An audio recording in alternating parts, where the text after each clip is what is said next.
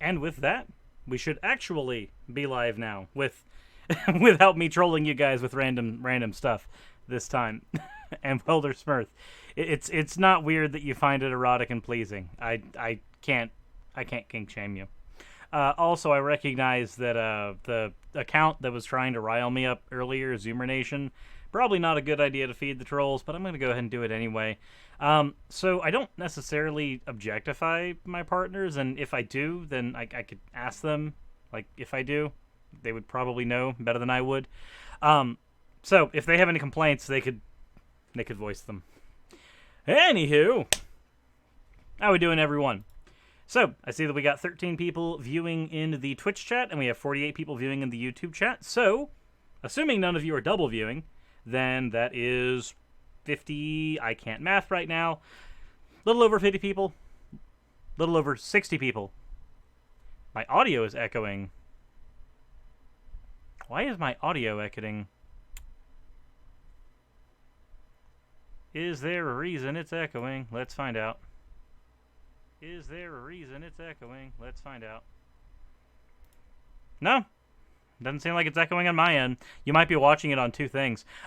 Also, as for who the animator is, the animator behind so the animator behind the avatar for the Christmas Nyan Cat thing was Gaelic Knox, as she does the animations for practically everything on the channel.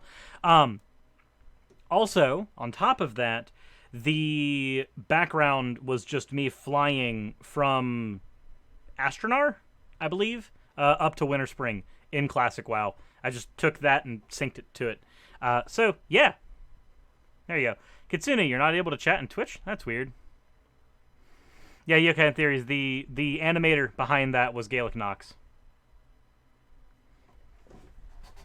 So, if you would like to get any commissions from Gaelic Knox, then I'm sure they would be more than willing to help out in any way, shape, or form.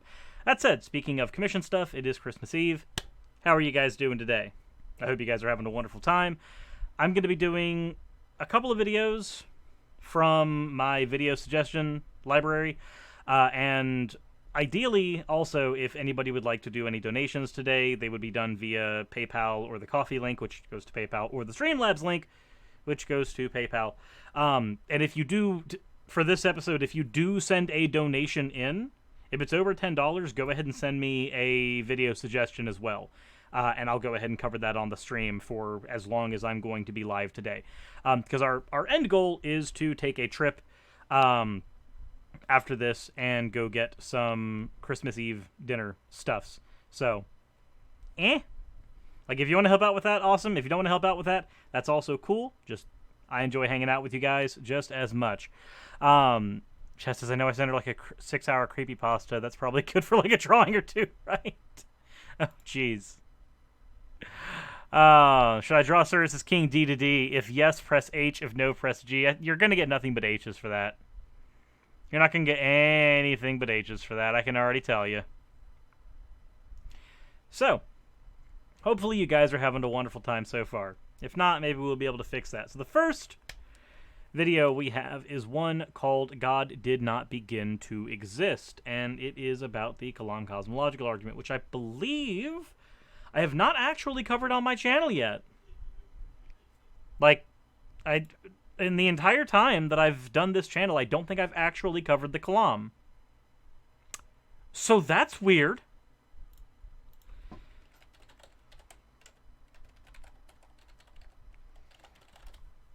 So that means that I will probably need to take care of that.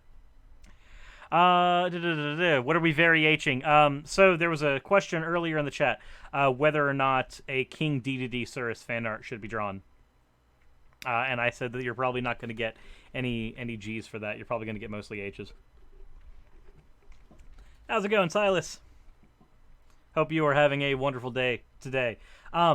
Just for anybody who just came in to the stream, if you are just coming in, if you are sending a donation into the stream at all today, then please send via PayPal /coffee / the Streamlabs link, because those would be instantaneous, and this stream is specifically so that we can go out and do Christmas Eve stuff. Also, if you do send in a donation over $10, please, please, please send me a video suggestion for me to do, so that it's not just you sending a donation to say, hey, I want to support you. It's also me doing something for you in return. That all said, let's go ahead and get into the very first video. Also, you can watch this on YouTube or you can watch it on Twitch. Take your pick. Either way is fine with me. I have long since given up trying to go Twitch only for streaming. That has also hurt my channel, kind of. Also, if anybody would like to know the reason specifically why we are doing this, as opposed to me just budgeting for this like in advance, I did budget for this in advance, but YouTube paid me $300 less this month than expected because YouTube is a wonderful company and demonetization is a wonderful thing that they do to all videos. Speaking of that, for fun, the video that I just released, the Nyan Cat one, if you look at that video is copyright claimed, which is fine because I used the Nyan Cat song unedited. However, it is also, strangely enough, not suitable for advertisers. Of course it's not. There's just chesticles hanging out. But it's weird that, like, that video should technically be benefiting the copyright claimant, but it can't benefit the copyright claimant because it's demonetized on my end anyway as not suitable for advertisers. Yay, YouTube. Your system, like, tried to screw me and ended up screwing somebody else instead. Neato.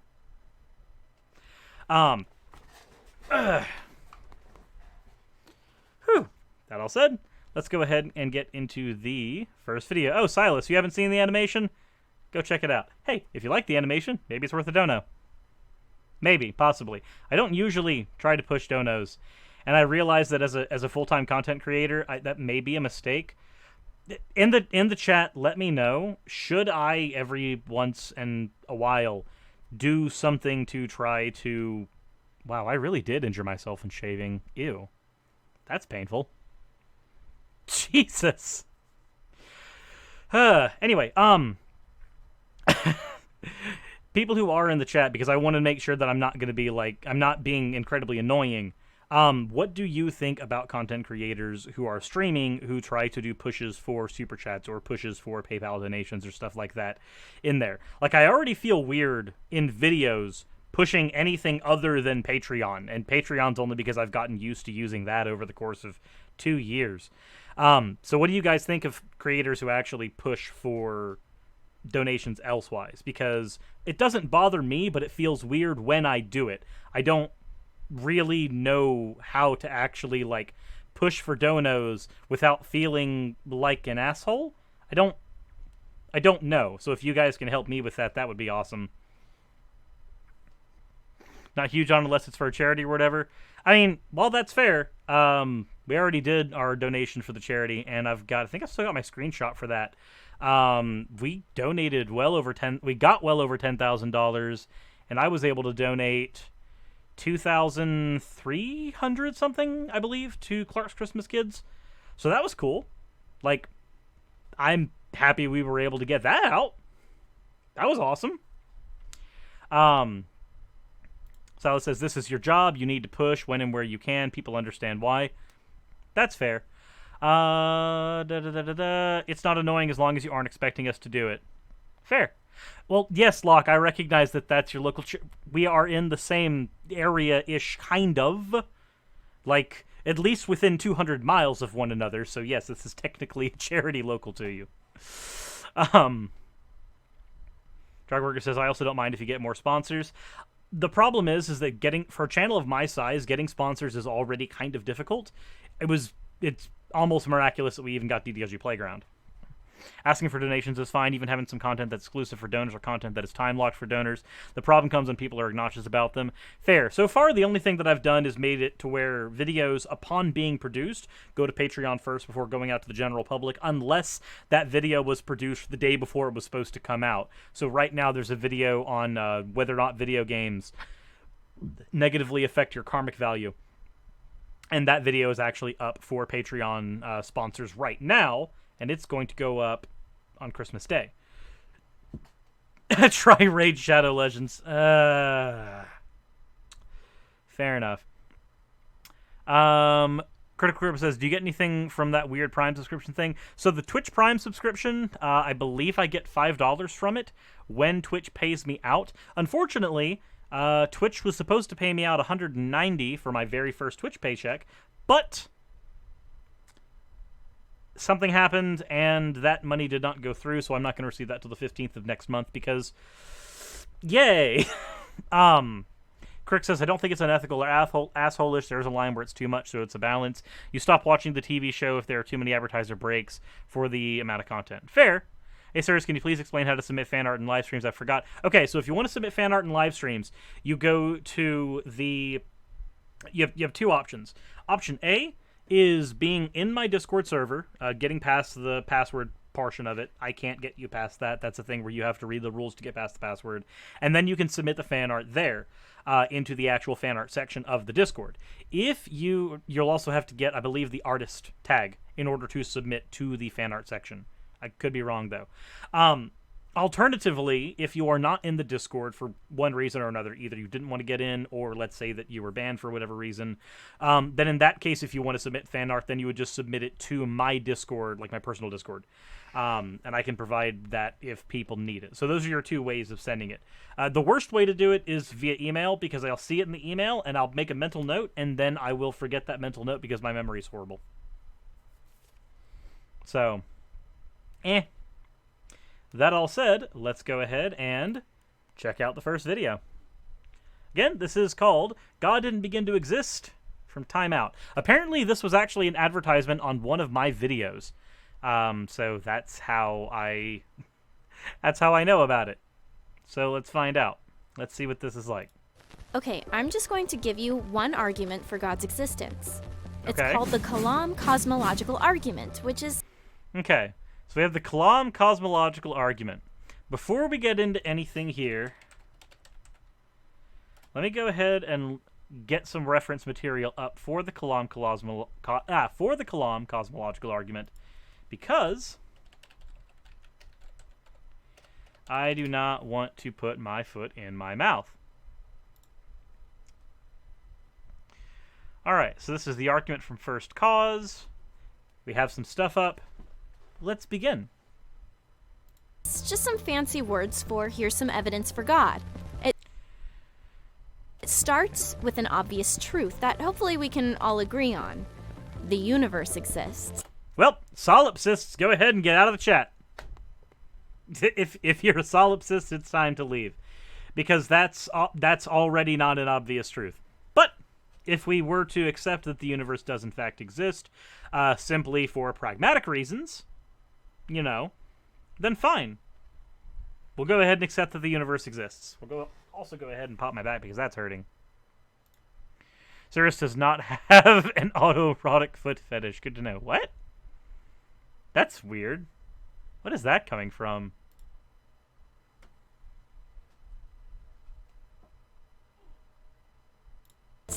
If you don't agree with that, I can't help you, but let's assume you do.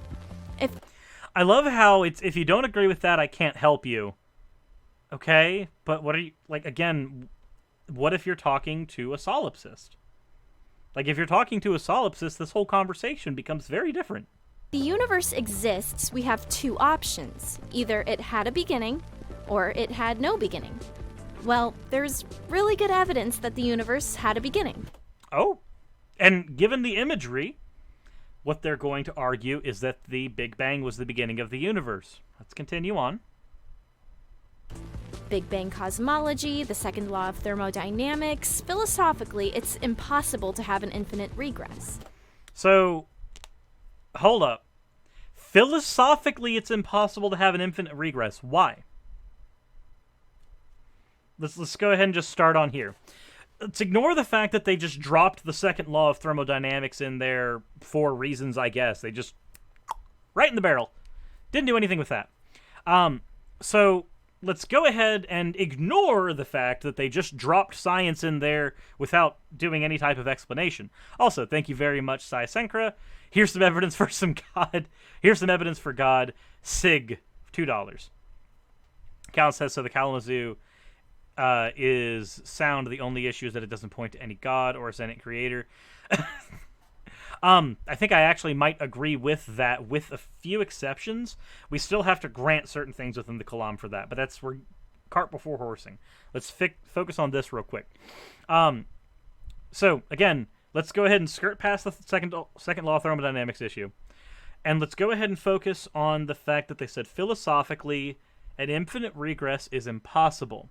Now, I know that I've got some people in my chat who are decently versed in philosophy. I know that I've got Callan in there. I know I've got Brian Stevens in there.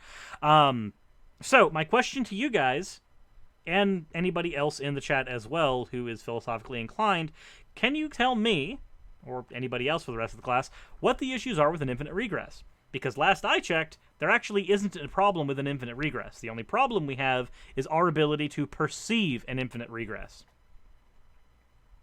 The real lock for $2. $2, this won't get past deism. Yeah, you're not wrong there.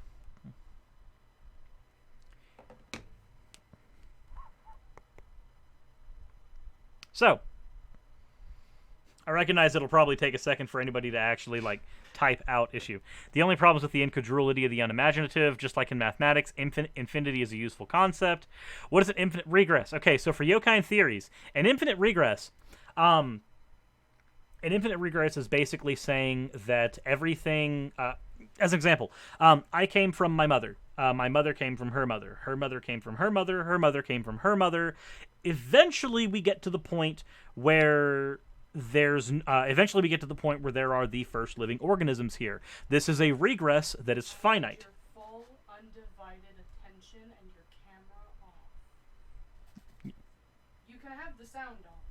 Okay. Give me 1 second then. We'll do this. It would actually be preferable if you have your sound on. So, you know the dance that the ball guy does?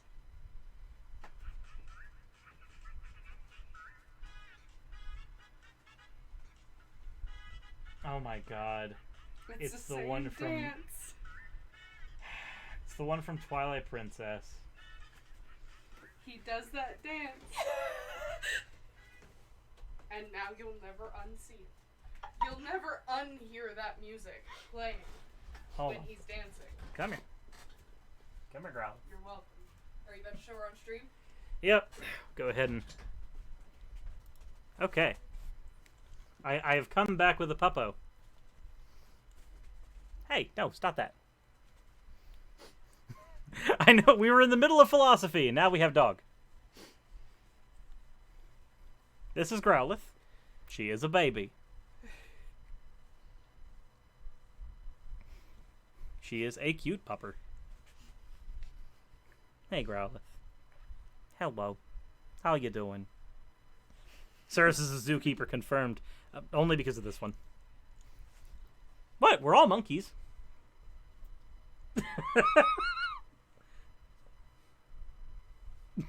Am I wrong? We're primates. Yes. Get it right. You realize that monkey is a colloquialism, not a scientific designation, right?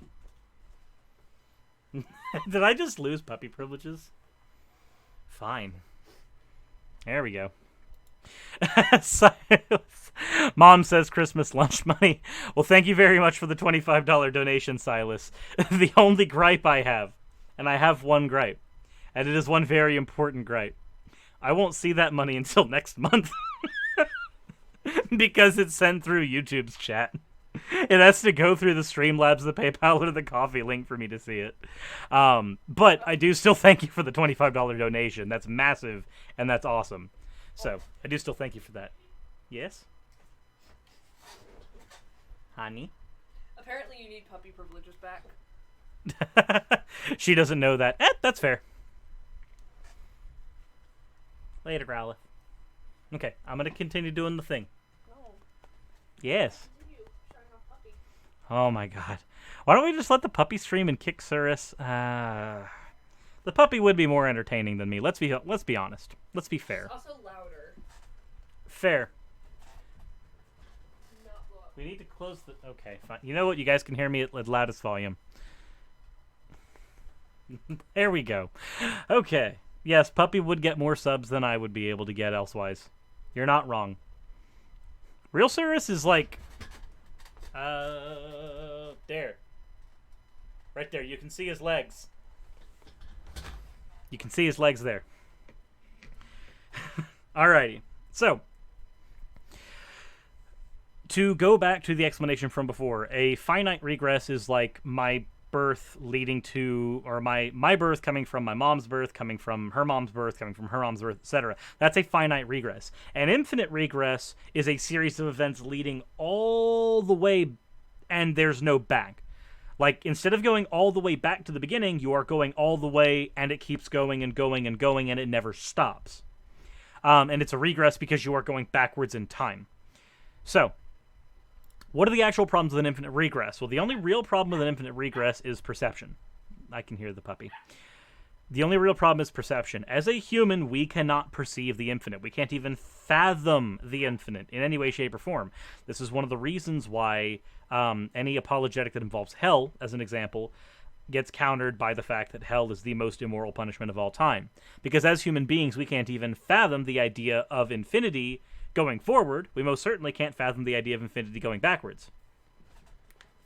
You can have an infinite regress. It's just hard to justify. Well, I mean, so an infinite regress is just as hard to justify as a finite regress, because we have equal knowledge about the beginning of the we have equal knowledge on both sides about the beginning of the universe, period, or at least the beginning of existence, the beginning of the cosmos.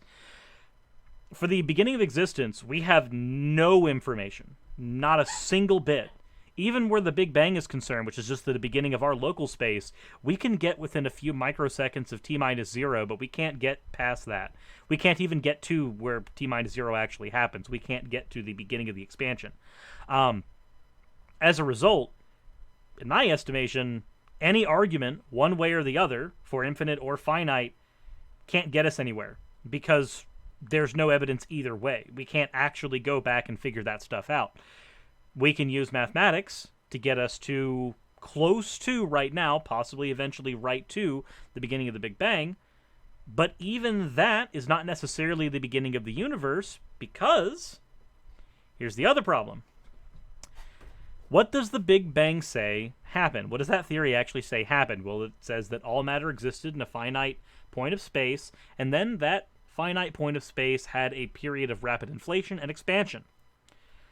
This inflation expansion happened. As a result, we got that matter expanded out, and then slowly over time, more heavy elements were able to come out of different reactions that happened as a result of that, and those heavy elements helped lead to the types of planetoids and stuff that we have today.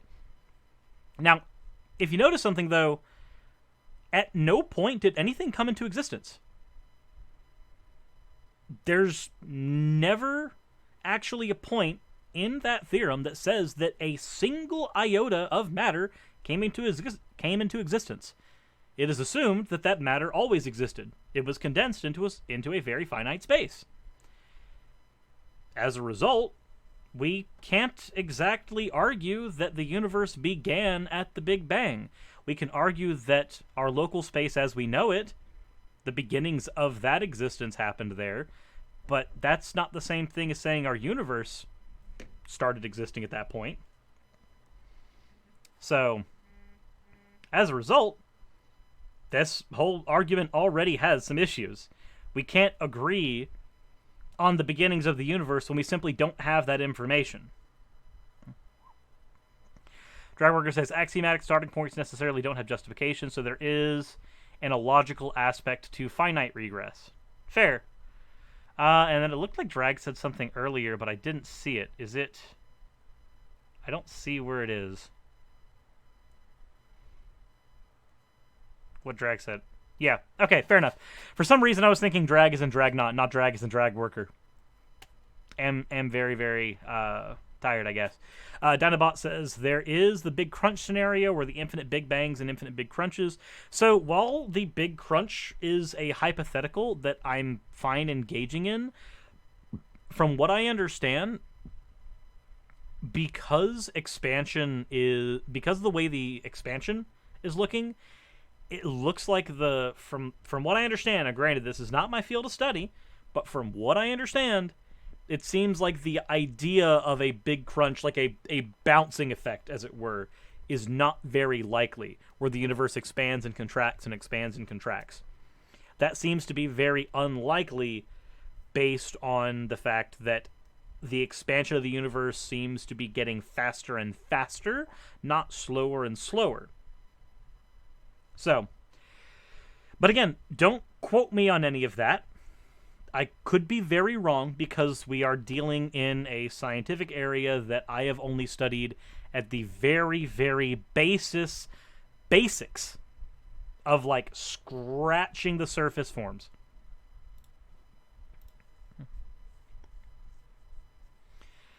All right. Also, I see that we got a $30 donation in via PayPal. I don't want to say the name of the donation because I feel like that would dox somebody. So if you did send in that donation, please do me a favor and send me a message over Discord with a video suggestion that you would like done for the purposes of this. If you can do that, that would be awesome so that I can give something in return to you. Kitsune Cavalier says, I believe that you are being accurate, and Critical Cripple says, unless the universe stops accelerating, the big crunch is impossible. Okay, so that's in line with what I've read on it. Dragworker says earlier, this is the wind problem with infinite regress. Okay. Hey, sirs, do you like Baldi's Basics and Education and Learning? So I like a lot of the songs that have come from Baldi's Basics, but I haven't actually played Baldi's Basics, nor engaged with its community in the same way that I've done with, say, the Five Nights community. But I do recognize that the Baldi's Basics community is very in line with, like, the Five Nights community and the Bendy community. I recognize that it's in that similar vein. I just haven't really engaged with it that much.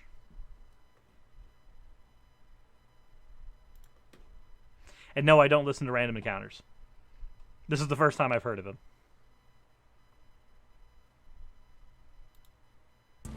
So there's really good reason that the universe had a beginning.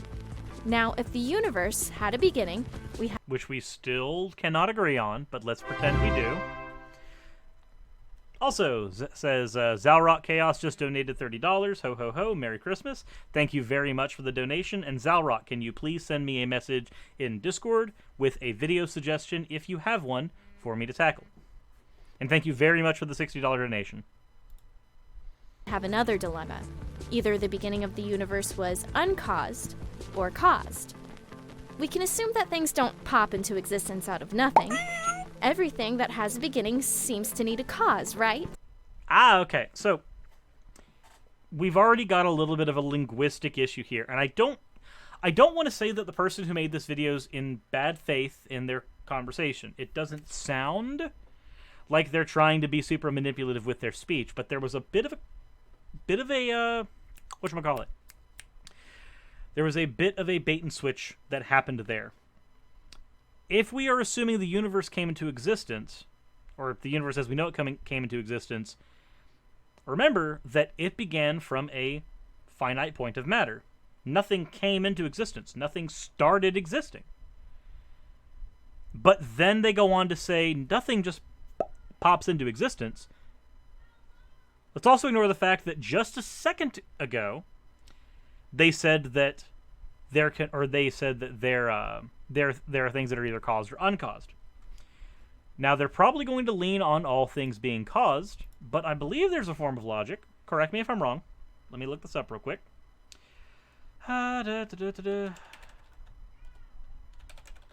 Uncaused causes. All part of the cosmological argument.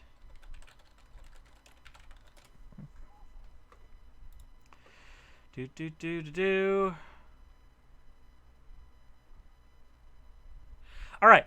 So Bertrand Russell wrote in his essay, Why I'm Not a Christian, there is no reason why the world could not have come into being without a cause. Warren Rachel, in his response to that, said to simply state that there's no reason why the world would come into existence without being a first cause, without defending the assertion, is an inadequate argument against the notion of a prime mover. Let's see here. All theories of a prime mover are bound to be false. Assuming a prime mover is necessary implies that there's no cause. Let's see.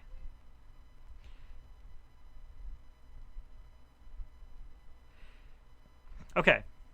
So there's a point here where it says it is possible for something to not have a cause, but that thing would have to have no potential. It would never change, which is the definition of a deity. Oh, I don't agree with that.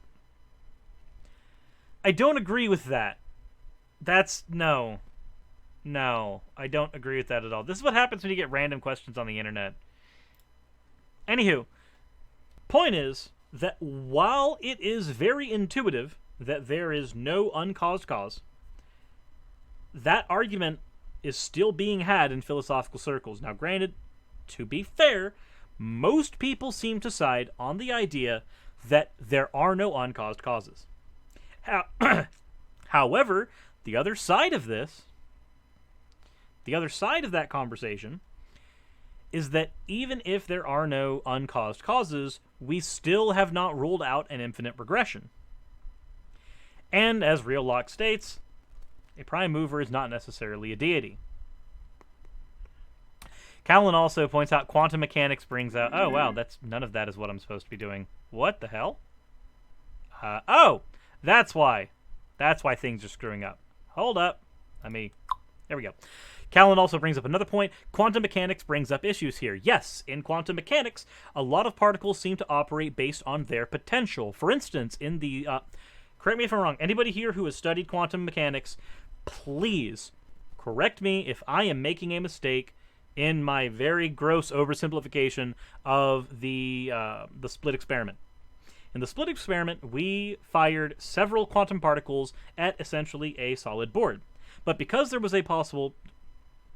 hypothesis goes, because there's a possible reality in which they made it to the other side, as it turns out, some of the quantum particles actually made it to the other side when they shouldn't have been able to permeate the surface.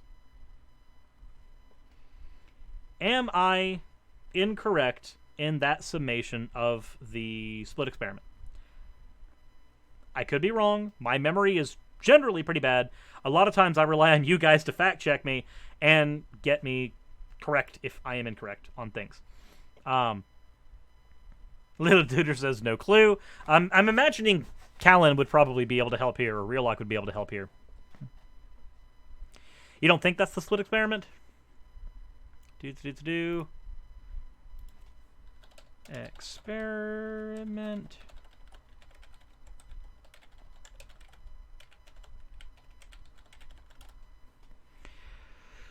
The double slit experiment.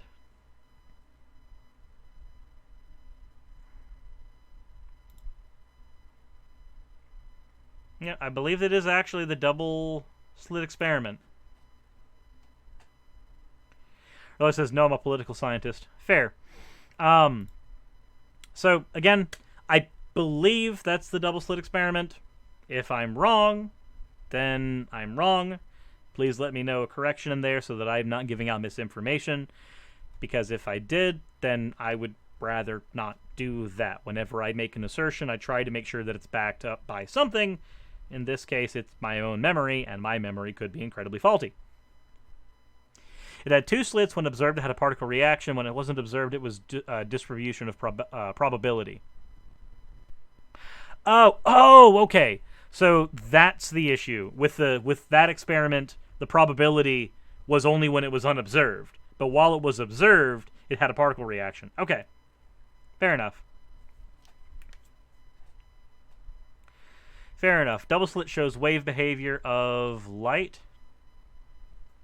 Remember that observed in this sense means interaction with some form of measuring instrument. Okay, then my understanding of the experiment is incredibly unrefined and has issues.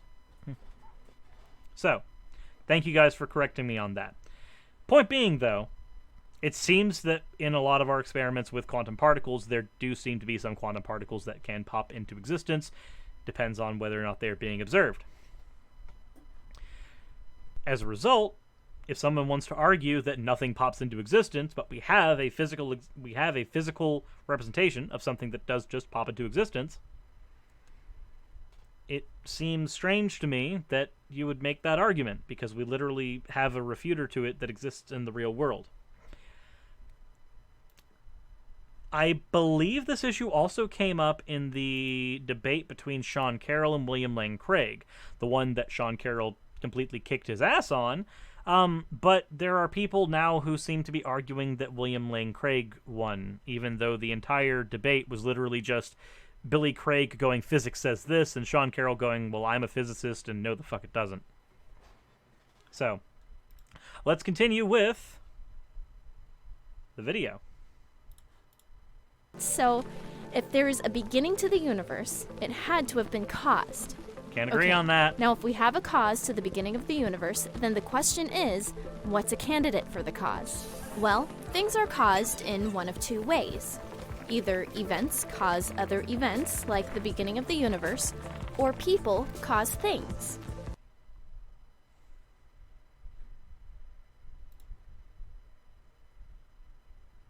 I don't think that's how that works. I think that's a very gross oversimplification.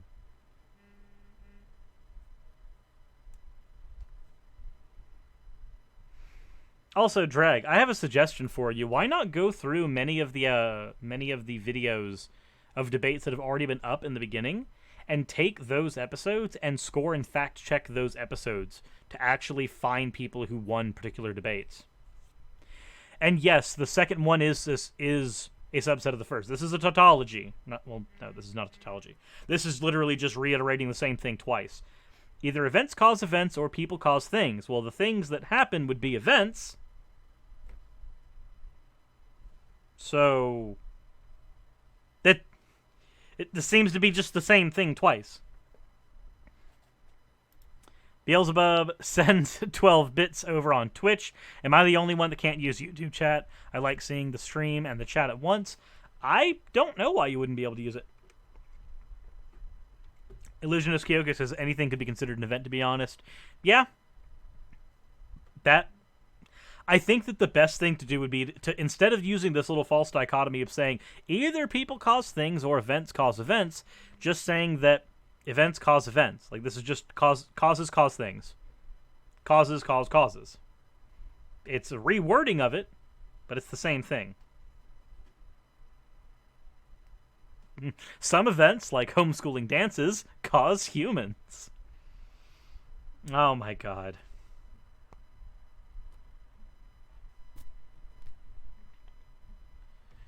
Okay, I need to check a thing real quick because I'm getting a lot of things randomly. Hasn't sent you money. Has a $10 one, but why can't I actually see the message attached to it? Causes, Cirrus 2019. Technically, a coin for The Witcher. Locke, I'll find a video to DM you later. Well, thank you very much for the donation, Locke. When you find me a video to do, please do so. Also, there are 3 people who have sent in donations, not counting Locke, who need to send me videos for me to review. Elsewise, we'll just be talking about the Kalam all freaking day. Which we could do if we really wanted to suffer. So, I can cause my arm to go up. I caused that. But an event can't be the cause of the beginning of the universe, because then that would just be the first event that would need a cause. No. That is not true at all. Because if you're going to argue, like, even within Christian mythology, this is not a true statement. Because in neither science, nor in Christian mythology, nor in several other theologies, is the universe the only thing in existence. The universe is not all that exists. The universe is simply our local space. Within science, we have this idea called the cosmos. The universe, or the cosmos, encompasses all that is. The universe is a subset of that. Even so, within the realms of science, there are definitions that do not list the universe as everything that is. We have cosmos for that. Within Christian mythology, this is still not accurate. Because within Christian mythology, heaven and hell don't exist physically on Earth. They exist in their own spaces. and not necessarily in the universe, because the universe is a physical space. Heaven and hell are spiritual spaces. The universe isn't all that exists in either science or myth. So no, this does not function. This does not work.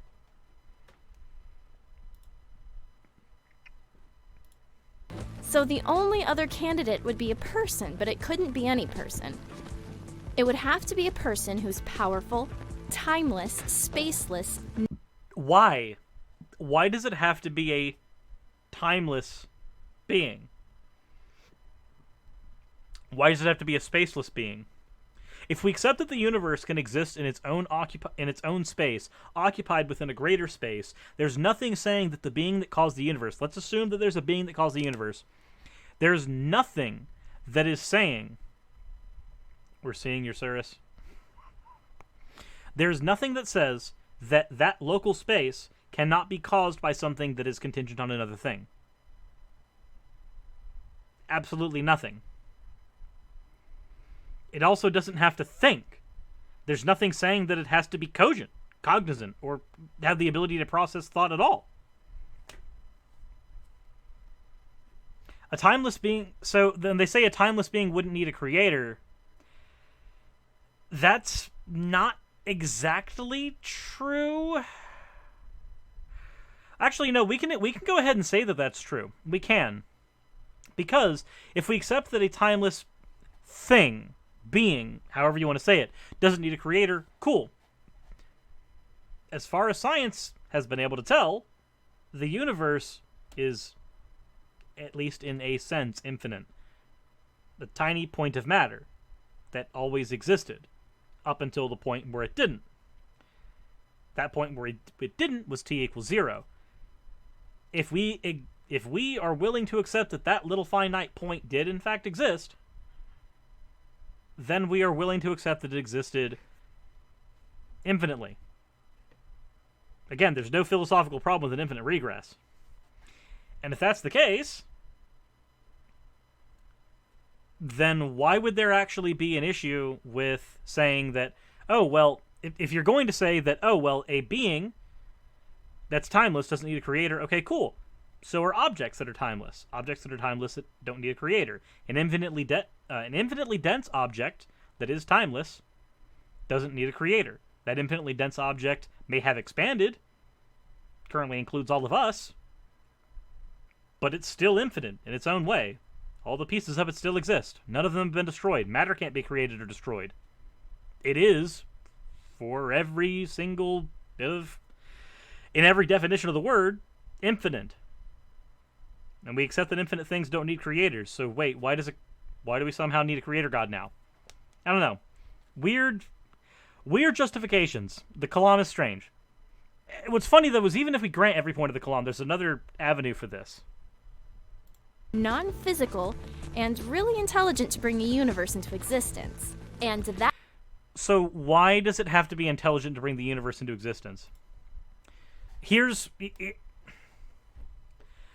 If all matter is... Let's go ahead and say that there's a creator for a second. If all matter is put onto a point as large as the tip of this nail...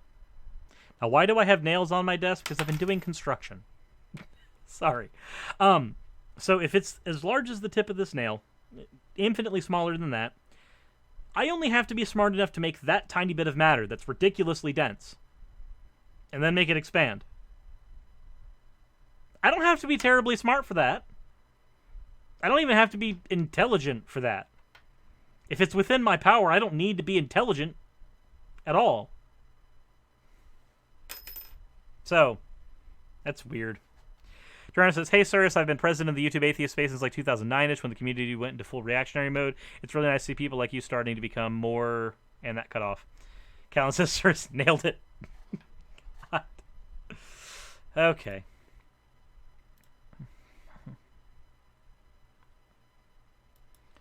All right, let's finish off this. That is the powerful evidence for God's existence. Okay, you may be asking, if everything needs a cause, then who caused God? That's a bad argument. No! Atheists who engage in counter-apologetics in my chat. If you use this argument, if everything has a cause, then who caused God? If you use this argument, I'm upset with you.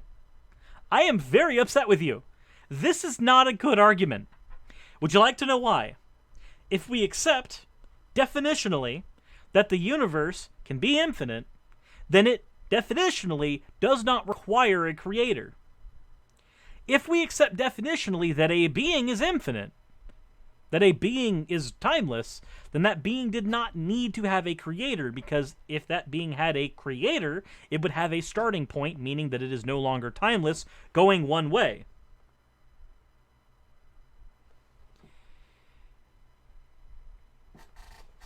If you are going to engage in counter-apologetics, please do not do the who caused God thing.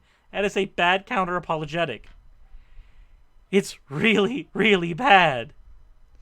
Please stop. Theists in my chat, if you have heard this, you know it's cringy. It sounds like it's the right point, right? To go, well, if everything needed a cause, who caused God? That's intuitive. That's very intuitive. Intuition is type 1 thinking. Type 1 thinking is not bad. Type 1 thinking can make you survive. Type 1 thinking is your intuition. It's the first thing that comes up. It's your emotional response. It's the thing that happens as soon as your brain synapses go, oh yeah, I need to respond to the thing. Your type 2 thinking, though, is generally where your logic will come in, where your pattern recognition can actually take advantage of what it's seeing. That's when you can start looking at this algorithmically. And when you do, you realize, oh, wait a minute. It's in God's definition that he is infinite. Or it's infinite, if we're talking about the Christian God. So the idea that you need to try to talk about whatever caused it, you're definitionally not talking about that. You two are you're now engaging in a type of equivocation. You're talking about something completely different than what the person you're arguing with has been talking about. And if you're going to be trying to argue with someone about their God, you don't substitute in your version of their God for the argument. You talk about their God. Unless their God is inconsistent in some way, which you can point out, and then present your version if your version seems to be more consistent. Hopefully that is fair. Hopefully everybody in my chat can see that as fair, at least in some way. Because holy shit, I am tired. I did a video on this a year and a half ago. Worst arguments against God. And one of the arguments that I point out is horrible is this specific one. So why not point out such an inconsistency? There are ways to point it out without saying the who caused God thing. If their God definitionally is infinite, then saying who caused God is a nonsense question. You're not arguing about that anymore. Justin Gutierrez says, would you ever consider debating objective versus subjective morality on modern day debate? I think debating objective versus subjective reality is a very reductionist way to talk about reality. There are far more versions of morality than objective or subjective. For instance, I'm an anti-realist. I tend to lean towards error theory more than anything. And within that framework, which is considered a subjective framework, you can have objective morality built into it. Morality is not a black and white, cut or dry thing. It is a very complicated thing that philosophers have been arguing with each other about for thousands of years. And Dragworker has it right in the chat. Objective versus subjective is a false dichotomy.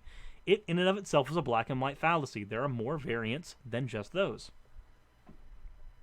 What is error theory? Sorry, Leela Duder in the Twitch chat. Error theory. Error theory is an idea proposed within moral anti-realism.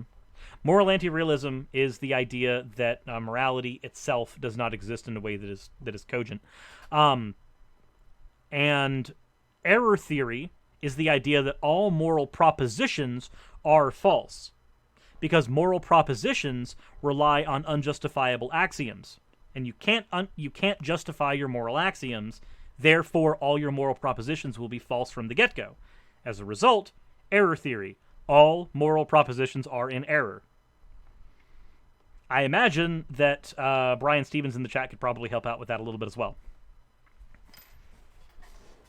Like I'm very happy when there are people in the chat that I can look at by name who I know that, oh yeah, no, you probably have things to say on this. Like I know Callan and I know Brian both have conversations about morality a lot, and these are things that both of them know. Ryan says, sirs, you did great. Well, I'm glad that I got that right, because that was off the top of my head. Usually I have reference material to work with. I did not have reference material with me today. Well, this is a common question. Who caused God? God needs a cause because everything has a cause, right? Wrong. We're not saying everything needs a cause. Whatever begins to exist needs a cause. God didn't begin to exist. Correct. If at the If we beginning are of the talking universe you about the have Christian time, God, space, then and definitionally matter that's coming correct. into existence, Sorry. you need a mucked that up. cause that literally transcends the universe. It has to be timeless, spaceless, and immaterial or not. Oh, wait, hold on. Here's the... Did anybody notice they just shoehorned that one in? Did anybody recognize that? That last part they said there, it must be immaterial. Why? Why must the cause for the universe be immaterial? That one is just shoved in there. It's shoved in there without any justification whatsoever. The only justification that one would have for saying that the cause of the universe must be immaterial would be by saying, or would be by them arguing against you by saying, well, how would a material thing cause the universe? Except it's not my job to say... It's not my job to find the justification for your argument. If I think that your argument is not justified because a statement like immaterial things must cause material things, that statement doesn't seem to make any sense to me, because we don't have an example of an immaterial thing causing a material thing to go off of.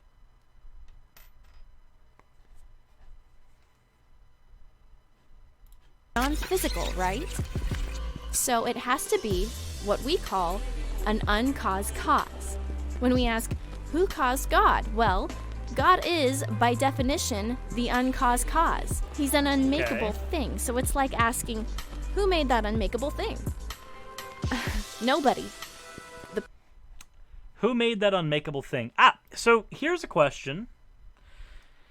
This is not an argument from the stone, but it is a variant of argument from the stone that I think can lead to some interesting conversations.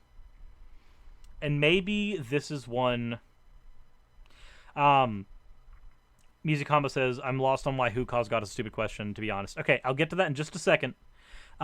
So, I've got only an hour left, so I'm going to have to blitz through the next videos. I've spent an hour on the Kalam! I hate myself. So, what was I? Okay. I completely forgot what my point was. I was on a point, and then it just flew out of my head. It's gone. I don't know where it went. There's my memory issues creeping up. So whilst I try to remember that, or the chat tries to help me remember what tangent I was on, Music Combo. Why is who caused God to be a stupid question? All right. So, if I say, when you ask who caused God, if God is defined as an infinite being without a cause, it is the same as saying, why is this, why did Disney make, you know what, here we go. If I said, this pack of spicy buffalo sauce was made by McDonald's. It really wasn't. They kind of commission it and then get it made with cheapest ingredients. But let's pretend for a second that it was. This package of buffalo sauce that I have on my desk, for some reason, was made by McDonald's. Definitionally, it's made by McDonald's. And then your response is to say, well, why was it made by Disney? Well, definitionally, it wasn't made by Disney. You may be talking about something else that's made by Disney. There might be another buffalo sauce that is made or that they commissioned that is inside their parks. But definitionally, this item that you and I are talking about is not caused by Disney. At least not in a direct way. They are kind of... The mouse is technically our capitalist overlord. Let's be honest. But because we are talking about something definitionally that doesn't have a cause, when you try to argue that, well, who caused the thing that didn't have a cause, you are talking about something different. The God that is in your mind that you are arguing against is a God that had a cause.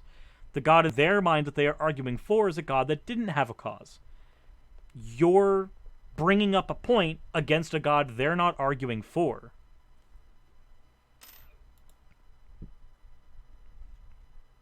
William McAllister says they strawman science by ignoring conservation of matter, though. Oh, no, I agree. I agree. It's a strawman of science when you say that matter had to exist when conservation of matter says that it didn't. But my point is simply that, as an example, if I was trying to convince Callan in the chat, who is a polytheist, that one of her gods didn't exist, and I used arguments against the Christian God or the Muslim God, Callan would then look at me and go, Cirrus, you're being an idiot. I'm not talking about those gods. None of those gods that you brought up are the gods that I'm talking about. Can we please talk about my gods? It's the same thing. When you argue about points that are definitionally not part of the God that they're bringing up, you are talking about a separate God than they are talking about. It's not quite a straw man, but it is somewhat close to a straw man. Well, I've got a lot of pagans in my chat. It could be used on many. This example could be used on many of them, but Callan's in the chat, so. Greg says that comes back to special pleading. Everything had a cause except God. Why does God require cause? So again, we're dealing in a bit of semantics here, but the semantics are important. So when somebody says that all that came into being, all that begins to exist has a cause, well, that already excludes things that didn't begin to exist. It's not special pleading. It's special pleading if you said God begins to exist and he also does not have a cause. Then you would be special pleading. But you're not special pleading if definitionally the thing you're talking about doesn't fit into the category. Special pleading only happens when you make an exception for something that fits within the same category of all other things you're arguing for. Infinite things do not fit into that category. Infinite things do not begin to exist. So to say that they begin to exist, to try to argue that it's special pleading, you have to commit a category error. You have to take the infinite thing and shove it into the wrong category to argue that it's special pleading, which means that you are now committing category error as a fallacy. So, now isn't this an unfalsifiable hypothesis? Yes, it is. An infinite God is unfalsifiable, just as an infinite universe is unfalsifiable, because we have no way of going back and doing that. Even the measurements we do can get us to t equals 0, but that just gets us to the beginning of time. Space and matter are a completely different story. So, yes, it is unfalsifiable, and that is a problem. And you can point out the unfalsifiability as a problem. But unfalsifiability is only truly an issue for things that we are trying to argue against with science. Science cares about falsifiability of a hypothesis. If we are arguing for a God that is supernatural, then that's outside the category of science as well. Science deals with things in the natural world. A God is not necessarily within our natural world. There are defeaters for a deity. You can do that. You can argue against it. But there are ways to do it which cause you to commit category errors. And if you're dealing with a theist who's like very, very white belt when it comes to this type of argumentation, then they might not catch it, and they might go, oh, yeah, no, you have a point. But if you're dealing with somebody who's well-versed in this, if you're dealing with somebody who's had lots of debates, who's studied and gone to school for this, they're likely going to catch these little issues. Crick says, true, but as I said in my post up in the chat, then you go into energy can't be created or destroyed, therefore did not begin to exist, and has no need of a cause like God. Well, exactly. That's a point that I brought up earlier as well. If we accept that conservation of matter is a thing, which I hope we all do, then matter did not begin to exist at any point, making matter effectively infinite. If matter is effectively infinite, matter doesn't need to be created. And if matter doesn't need to be created, then you don't need a God in that equation. Tony Designs would say, I'd quibble that unfalsifiability is a tenet of philosophy. Science is a subset of philosophy, but extends beyond it. So our quibble on here would be that philosophy is utilized to create methodologies, and methodologies as a study is how we created the scientific method. So you are correct. However, I would say that when we're just dealing with philosophical musings, you don't have to take into account all matters of philosophy when talking about a simple philosophical thing. For instance, if I'm talking about something within the framework of moral error theory, I don't necessarily have to deal with divine command theory for the purposes of that conversation. Zach FR, early Christmas present for you with the $2. Thank you very much for that, Zach. Okay. So, give me 1 second.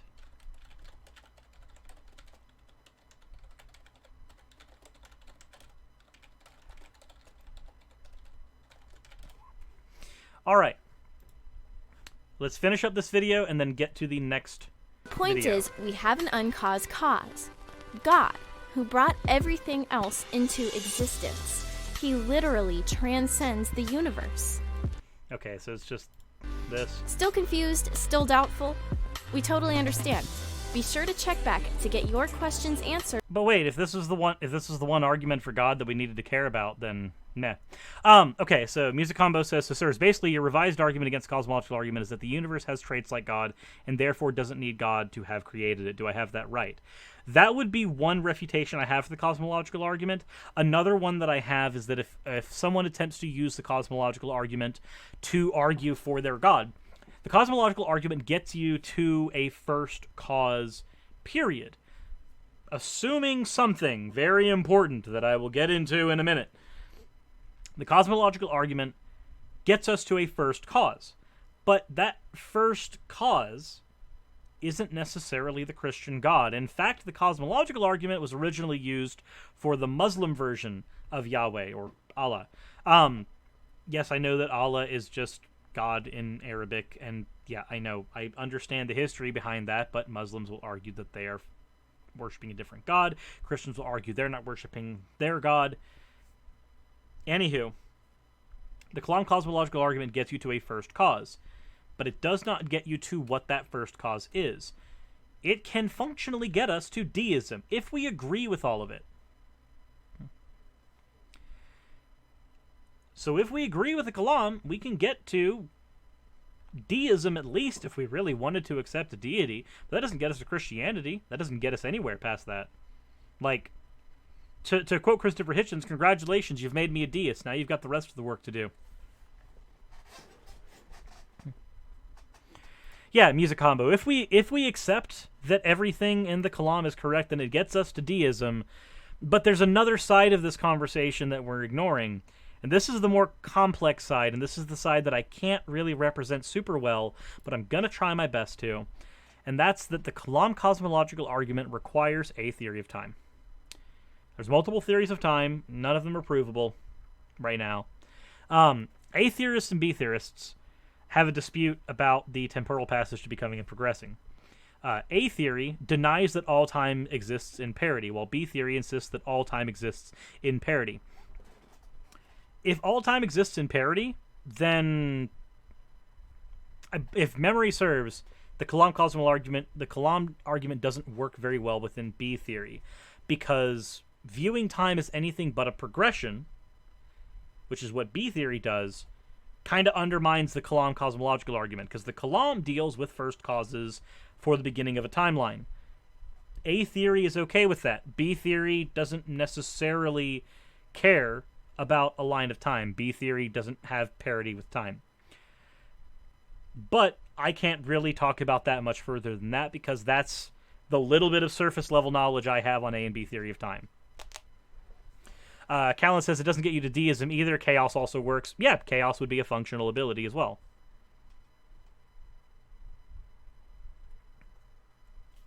So, I don't know. I can't talk terribly much on A and B theory. Eventually, maybe I'll be able to, but right now I don't have enough knowledge to do that, so I'm not going to misrepresent something past the little bit that I think I maybe understand. He's come and says, thanks for fixing my understanding. Hopefully I'm not fixing understanding so much as clarifying my positions, but if that's how you want to word it, then cool. All right. So what do we have next? So we got a donation in. Let's see.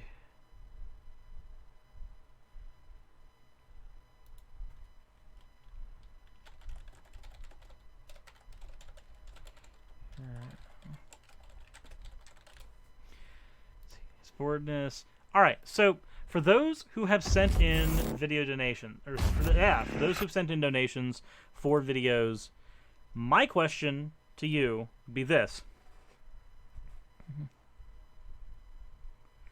would you prefer me take these videos on in a live stream like right now, or would you like these to be the videos that I do as edited videos in the next coming days?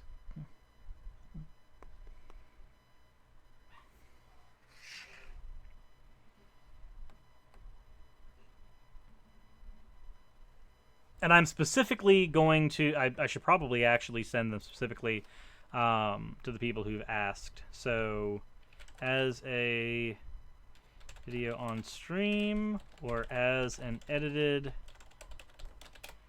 Go ahead and do that right now. Stream video or as edited. Let me go ahead and send those out so that that is there. Alrighty. Canadian, is there going to be time to ask irrelevant questions at the end of the stream? Well, while I'm waiting on responses there, I could actually, like, answer irrelevant questions right now if I need to. Reallock says edited because I have no clue what I want. That's fair. I mean, Reallock sent in a donation, so he is eligible for having one done. So yeah, no, I can go ahead and do that as an edited one since you don't have one yet. Crick says, sorry, I was getting confused. Is it the basic Kalam you think gets you to a first cause, or just Craig's modified Kalam? Either or can get you technically to a first cause. Though I think that the one that they used here is Craig specifically. I could be wrong, though. I'll have to go over Craig's Kalam again.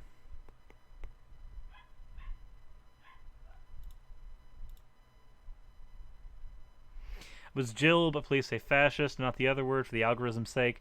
Yeah, no, so YouTube doesn't like that word. They really don't. Thoughts on Vice Rhino?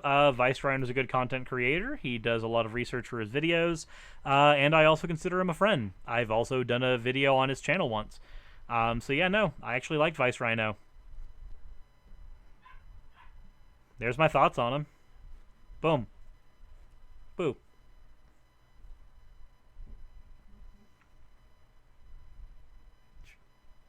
Why did I just get a thing from Yahoo Mail about that? That's weird. Just got a $5 donation from a Joseph. I'm not going to say the rest because doxing. Dig your content, my dude. Keep it up. Thank you very much. Reallock says, it might be a no bullshit video because he kind of crossed over attacking another creator I like. Maybe if he's bitching about Star Wars and anti-SJWs and SJWs. Okay. Zalrock says, I don't care either way. Fair enough. Then go ahead, Zalrock. Send yours to me when you have it, and I'll do it as a edited video.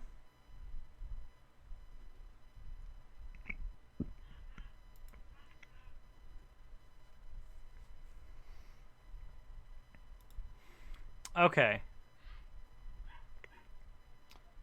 And then, I have a pending friend request. I should probably answer that. That's from Zal... Wait, we weren't friends, Zalrock? That's weird. That's weird. Okay, so Lord Bleck has a The War on Christmas video that he wants me to do as either, so I'll do that as an edited video. We have the PragerU one.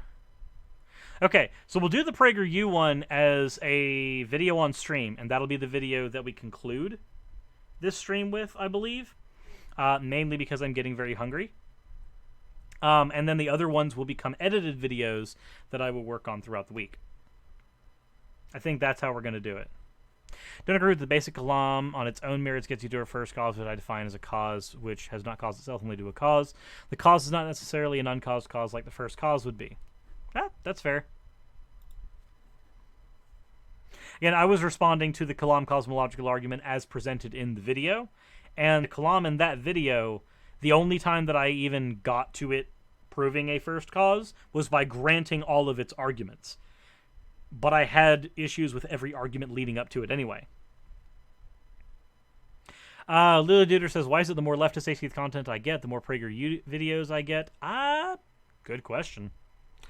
Probably because a lot of leftist content creators, like me and Vosh and Big Puncher, we do a lot of responses to PragerU because they're not strictly fascist in and of themselves, but they are certainly fascist adjacent, and they are adjacent enough to where they enable some of the worst arguments.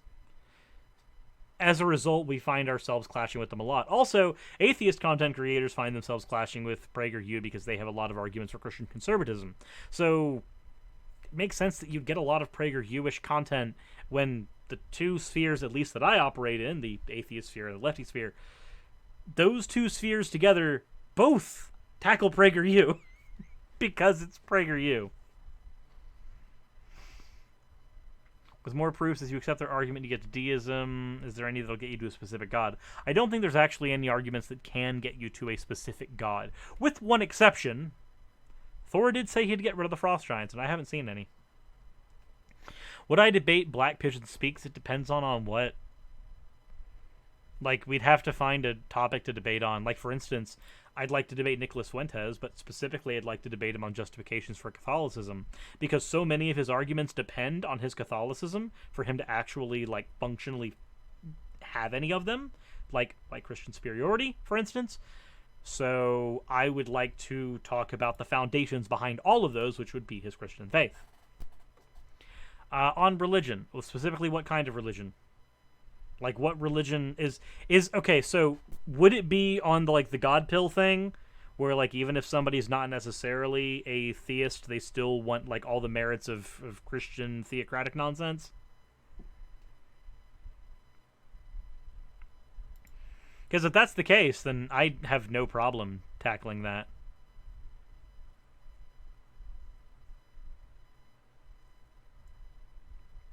There's Christianity, respectfully, I say that because Black Pigeon Speaks as a Christian. Okay.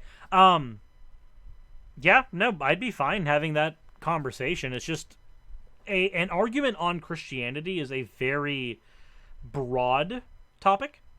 We would need to have it narrowed down.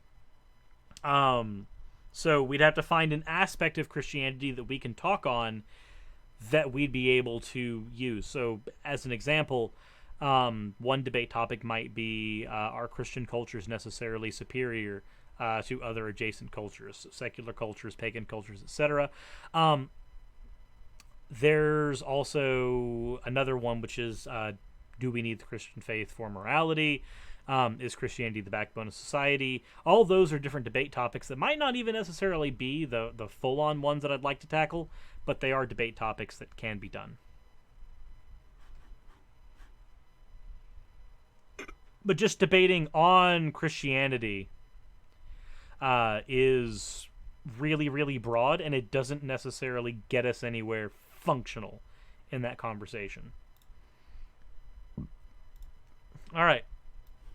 PragerU, what do you have? The change from wishing fellow Americans Merry Christmas to wishing them Happy Holidays is a very significant development. Proponents of Happy Holidays argue it's no big deal. Proponents of Merry Christmas are making a mountain out of a molehill. But yeah, that's actually true, but what's the actual point going to be? Happy Holidays advocates want it both ways. They dismiss opponents as hysterical, but at the same time, in addition to replacing Merry Christmas with Happy Holidays, they have relentlessly pushed to replace Christmas vacation with winter vacation and Christmas party with holiday party. Where?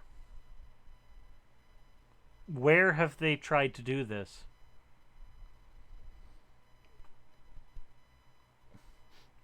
Granted, I'm an atheist who says Merry Christmas. That's the culture I grew up in, so it's the thing I'm going to say. But what's wrong with saying Christmas party versus saying Hanukkah party versus saying Yule party versus saying Kwanzaa party? Or just saying winter party if you're secular? I don't think there's anything wrong with that. There may be a small subset of people that want to see it replaced, but I don't see why that small subset is... I don't think they're making an impact.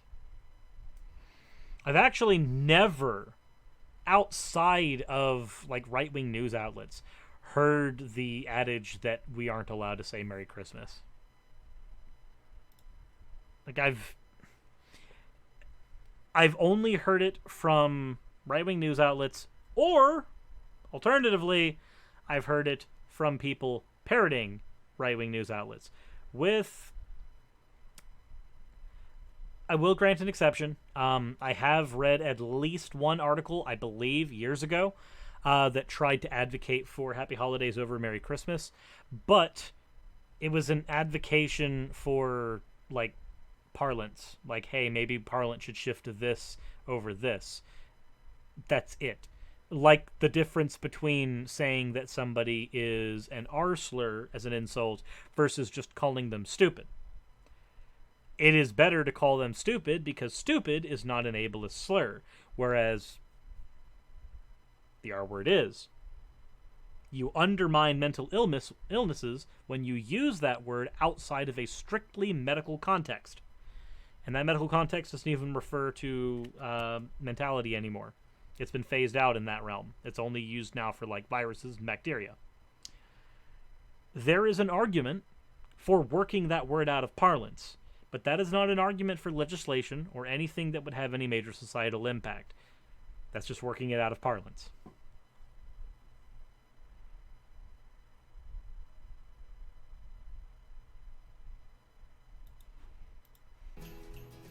So then, which is it? Is all this elimination of the word Christmas important or not? Well, no, not really. Like, it's only important if people are trying to police that kind of speech, but even then, there is an argument for businesses having that as an idea. Much like a business does not want you to try to convert somebody to your faith while you're on the clock, they also might not want you to try to push for your particular religious holiday whilst on the clock. But when you work for any company, that company is allowed to compel whatever speech from you that they choose. I literally was fired from a job for not having enough empathy. That was the reason given. Did not have enough empathy when customer injured themselves. A company can compel any kind of speech they want. That's part of having a private business. And last I checked, Dennis Prager is really big on private business. Like, incredibly big on private business. The answer is obvious. It's very important. That's why so much effort is devoted to substituting other words for Christmas. Can we also point out that Dennis Prager is not a Christian? He's a Jew, religiously. So the only reason that he would be fighting for Christmas so hard is if he was pandering to a particular audience that likes to watch Fox News, as one example, and believes the war on Christmas is a real thing. So, Yes, I did see the Dark Matter video.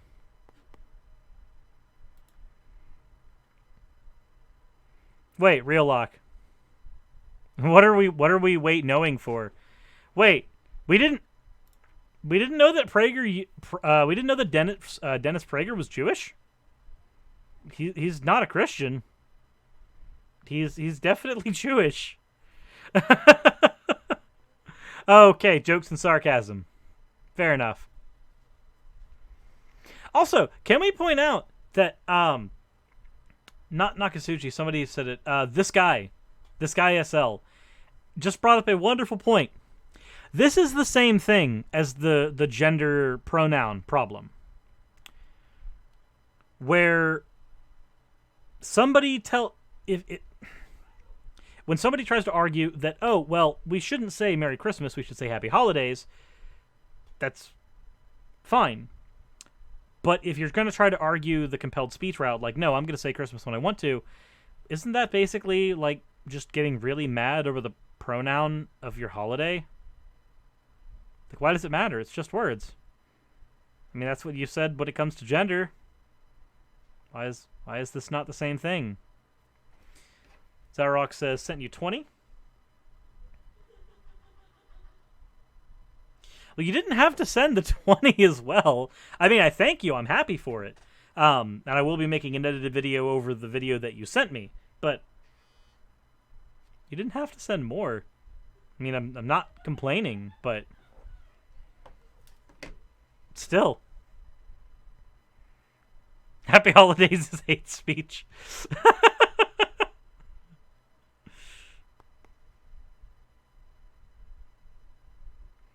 Oh, do you expect him to be consistent? No, not really. And these efforts have been extraordinarily successful. In place of the universal Merry Christmas of my youth, in recent decades I have been wished happy holidays by every waiter and waitress in every restaurant I have dined, by everyone who welcomes me at any business, by my flight attendants and pilots, and by just about everyone else. And why does that matter? Dennis Prager, you wouldn't possibly be trying to compel speech from other people, would you? Because that would be really weird, being so upset that like something changed in the last few years, that you would make a video about how something changed in the last few years and how it upset you. Like, society changes. That's a thing that happens. As people grow old and die, their ways of thinking don't necessarily pass on to the next generation. And so you have a new generation with a new line of thinking. Fourth Dimensional Jake, the answer to that is I am incredibly lazy and also an idiot. Real Lock for the $5. Cirrus is a War on Christmas battalion commander. If he gets more subs, he'll become a division commander. Oh my god. Okay. You know what? No. No. I can't. Not with that. Sorry. Nope. We got it. Let's do this. Sorry. This is where we are now. This is what we've become. This is what you've made me do.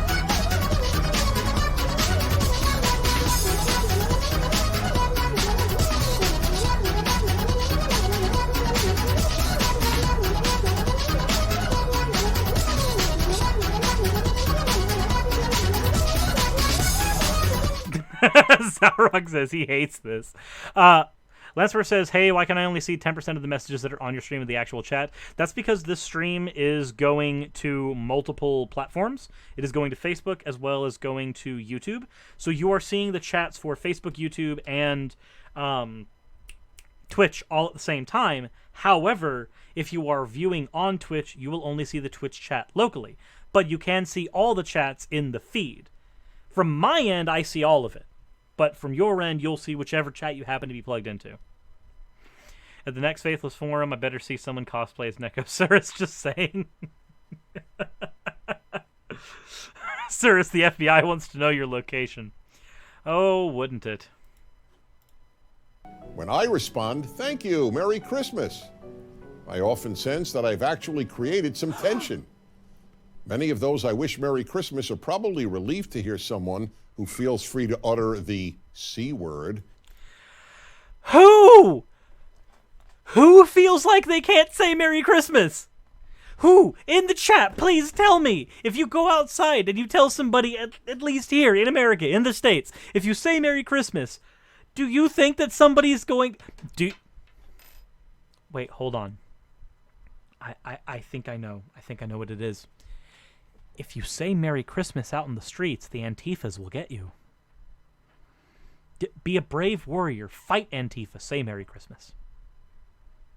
This is a message from Dennis Prager. I'm not quite an Ozbol, but I might be adjacent to one. Holy shit. Ah! Dennis Prager, the brave culture warrior, saying Merry Christmas on an airplane that he's probably riding in first class because he's worth $4 million. Jesus! Musicombo says, how do you respond when somebody says that human beings aren't social animals? I actually used to get this argument a lot. They can argue that they, as a human being, are not sociable, but to argue that human beings as a social animal are that human beings as an animal species are not social is ludicrous. We literally have societies. Like, societies exist, and humans have only flourished because we have built and established societies with the agricultural revolution and technology. As a result, you can't argue that we are not social animals, because we, as a species, literally have thrived as social animals. When we operate individually, we fail. Humans as individuals fail. This is why even in the fucking workplace, in areas that we have socially constructed as spaces, we still function better collectively. This is why unions exist. Do you agree that tension is something completely imagined by Prager? Oh, I have no doubt. I have no doubt. I seriously have no doubt at all that he just fabricated that entire thing. But all the sensitivity training they've had to undergo creates cognitive dissonance. Oh boy, that's a term that you should be very familiar with, Denny Prager. Just saying. The opponents of Merry Christmas and other uses of the word Christmas know exactly what they're doing. They're disingenuous when they dismiss defenders of Merry Christmas as fabricating some, quote, war on Christmas. Of course. Yes, you fabricated the war on Christmas. This is not news. You can try to subvert people who argue that you fabricated this by going, we didn't do that. We said the C word. We called her a fucking Christmas. That's not the C word, Dennis. You can say Christmas anywhere in the States. Nobody fucking cares. Nobody actually cares. Fourth Dimensional Jake says, I've had backlash for saying Merry Christmas instead of Happy Holidays in public. You are the first person in my entire life that I have heard that I would actually believe when you say that. But who gave you backlash? Like, what is the actual story behind that backlash? Because it's not that I don't believe you, but I would like to know the context behind it. Christmas is obviously banned in public schools. If only. Now, maybe much Christmas imagery, like nativity scenes and like Jesus dying on the cross later on, stuff like that, might be considered banned in public spaces. But that's honestly fine, because that's not just Christmas imagery, that is overt religious imagery. And if they're willing to accept religious imagery from other religions, then by all means, we'll go ahead and put a Satanist Christmas in there. We'll go ahead and put some Yule imagery in there. Oh wait, we've already done that! They have Christmas trees! What a weird world we live in.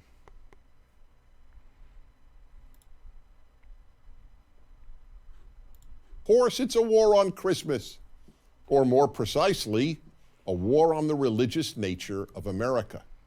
The left in America... Wait. Hold on. Let me get this straight. Does anybody here in the chat know what the word holiday means? Please, in the chat. What is it? What is holiday shorthand for?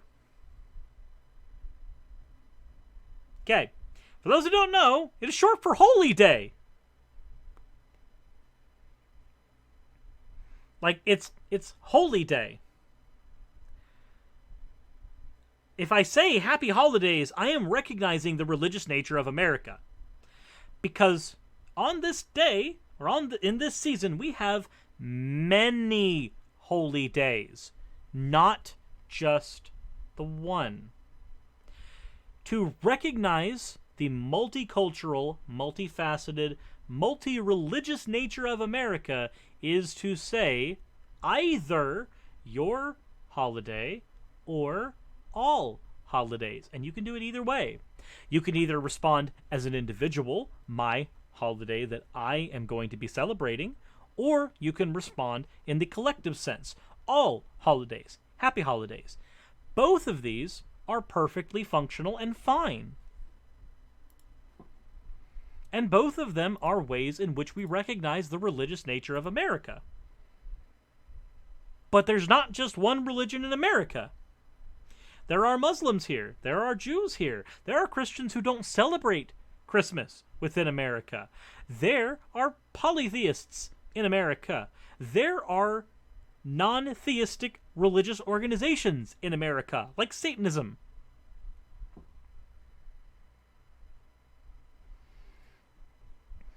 Also, Alex Varensky says, I'm taking a shit as I'm watching this. Anyone else? I wish I could be taking a shit as I stream. I wish I could do that. We should say, have a sad holiday to piss off Breaker.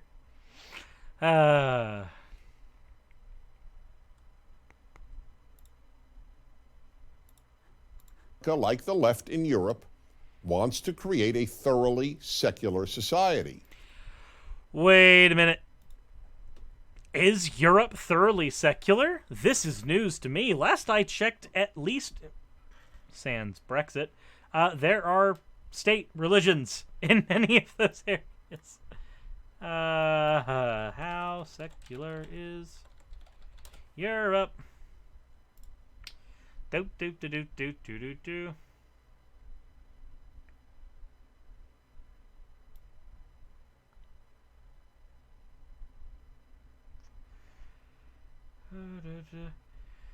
There was actually a study on this done in 2006. And in that study, it points out in the abstract, I'm not reading the entire study right now, I'll probably do that later, but it points out in the abstract that even though religious influence in Europe has declined, mainly in relation to church attendance, whether Europe should be qualified as secularized in terms of religious beliefs is completely unclear. Now, granted, this is a little over a decade-old research. There needs to be something more recent that I can look at, but holy shit! The idea that Europe is thoroughly secularized. Tony brings up a good point. Vatican City's in Europe. Thoroughly secularized my left fucking toe. Not a secular government, which is a desirable goal and which in any event has always been the case in America, but a secular society. Oh, wait a minute. Did you just admit that we have a secular government? Oh, those people who try to argue that we have a Christian nation are going to have a bad time with you, Dennis. They're going to have a bad time. They're not going to like you saying that. They're not.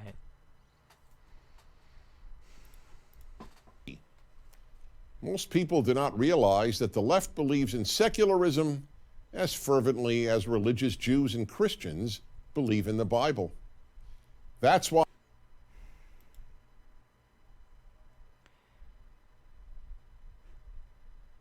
Did he just say Jews believe in the Bible?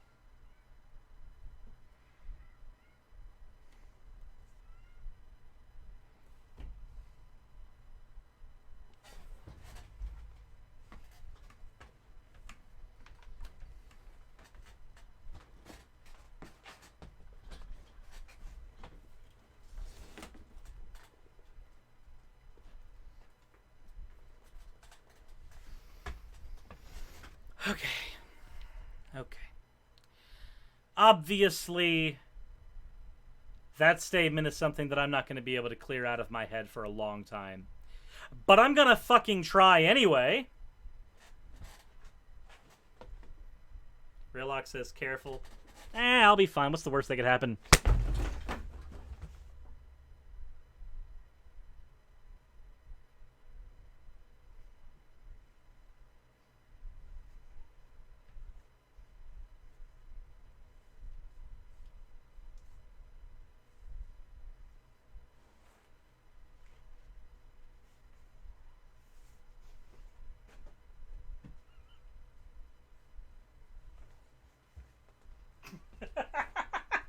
I'm fine. But I figured that would be something for fun. Anywho.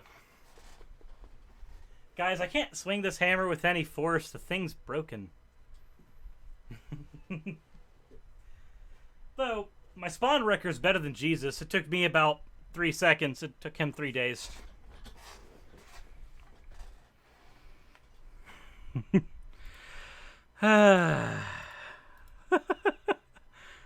Sir says a floppy hammer. Why Merry Christmas bothers secular activists. It's a blatant reminder of just how religious America is and always has been. So here's a prediction. Activists on the left will eventually seek to remove Christmas as a national holiday. Now, wait, but you do realize that there are other religions that have their holidays at this point, and you can still have it as a national holiday. Like, the whole point behind being secular is that you can be outside of religion, but you can still have those holidays because there are people who are still going to want those holidays who have their religions. This is fine. Oh my god. Jagged Bird. You scared the fuck out of me, you piece of shit. Now, the left doesn't announce that its agenda is to thoroughly secularize American and European societies. Instead, they offer the inclusiveness argument. I mean, so a secularized society, in that their governments are secular, would be a good thing. But if you're going to say that, well, the society should be secular, well, I don't know if that's the case. It does seem that secular societies may have a higher threshold of happiness, but again, I don't know if this is necessarily a moral ought. And there are people on the left who are religious. This is completely ignoring the fact that there are people who are Christians, who are Muslims, who are Jews, who are pagans, who are on the left, who are religious and do not want to see that taken away from society. What? Dennis! Dennis, please! Please make sense. Please, I need you to. That Merry Christmas or Christmas party or Christmas vacation is not inclusive. This inclusive... So, if we accept this part of the argument is true, right? We'll do that for half a second. If we accept this part of the argument is true, then why would it matter? Like, if we're going to say that things need to be more inclusive, right? And if I say that, what does it cost you to be inclusive? What does it actually cost you?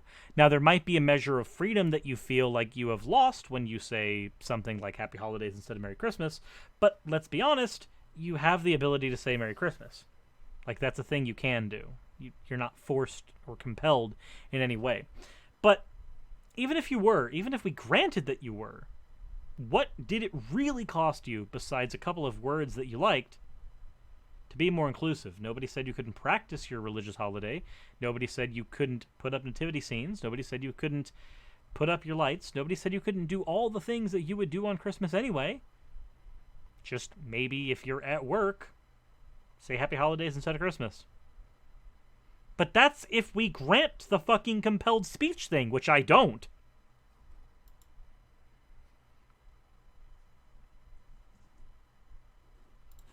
Argument plays on Americans' highly developed sense of decency, but the argument is preposterous.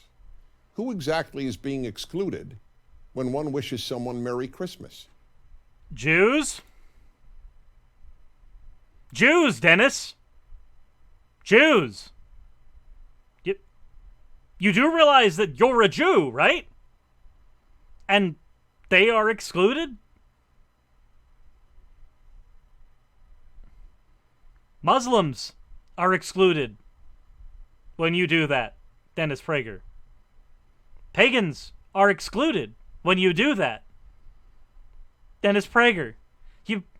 You may not personally feel that because, let's be honest, you're pretty much just culturally Christian. Or at least just pandering that way anyway. I guess that's your grift. But Dennis, anybody who does not have the religion that coincides with Christmas is excluded in the statement, Merry Christmas. How is this not understood? How is this a difficult concept? Not everyone celebrates Christmas, Dennis! Holy shit! Non-Christians? I'm a non-Christian. I'm a Jew. Thank you! Thank you! Now that you've thoroughly shot yourself in the foot, let's say you continue. Christmas is not a religious holy day for me, but I'm an American, and Christmas is a national holiday in my country. It is therefore my holiday, though not my holy day. That's the same thing! Holiday is shorthand for holy day, Dennis! That's what the word means! That's what it says! Holy shit! God damn it.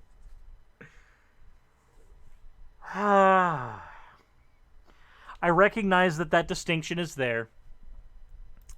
And I'm okay with accepting that distinction. Because I technically don't have any holy days, but I'm fine taking holidays. Fine, whatever. If we want to accept that distinction for the fucking time, go ahead, that's fine. But if we accept that, then we accept that it's not... We accept that Christmas can then be secular. If you can celebrate it as a holiday but not a holy day, we accept that it can be secular. And if the secularization of society is the thing you have a problem with, Dennis, but you accept in your fucking argument that Christianity can have a secular holiday, like a secularized Christmas, which it would have to have if you're going to celebrate it as a Jew, then guess what, Dennis? You don't have a fucking argument. Secularization is not a problem for you because you've already been fucking living it. Holy godballs. Also, hi, Casey. How are you doing today? We're screaming at Dennis Prager. Jesus.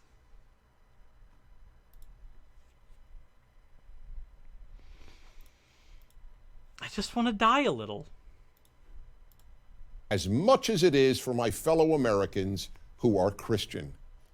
That's why it's not surprising that it was an American Jew, Irving Berlin, who wrote White Christmas, one of America's most popular Christmas songs. Why does it fucking matter who wrote... Dennis, you realize... Hold on. Why does it matter who wrote it? Like, when you were arguing that, oh, somebody who wasn't a Christian wrote a Christmas song. That's my argument for the war on Christmas. Holy shit.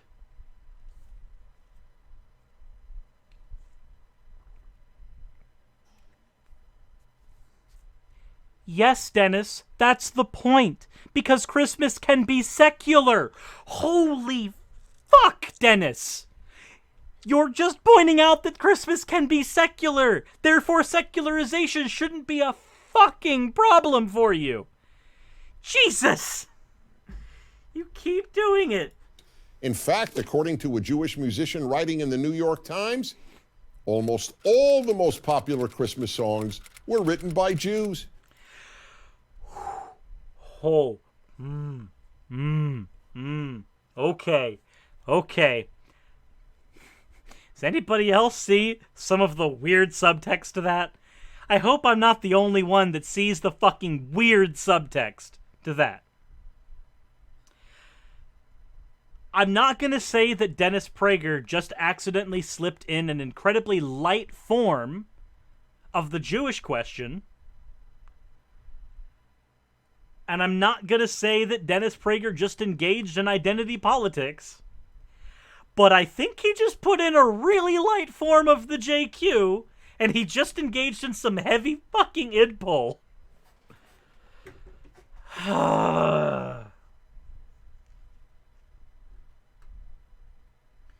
a lot of weird subtext there, so you'll have to be more specific. Okay, so, for those who don't know, the Jewish question is a thing that Hitler popularized in Nazi Germany that is still used to this day by people like fucking Nicholas Fuentes.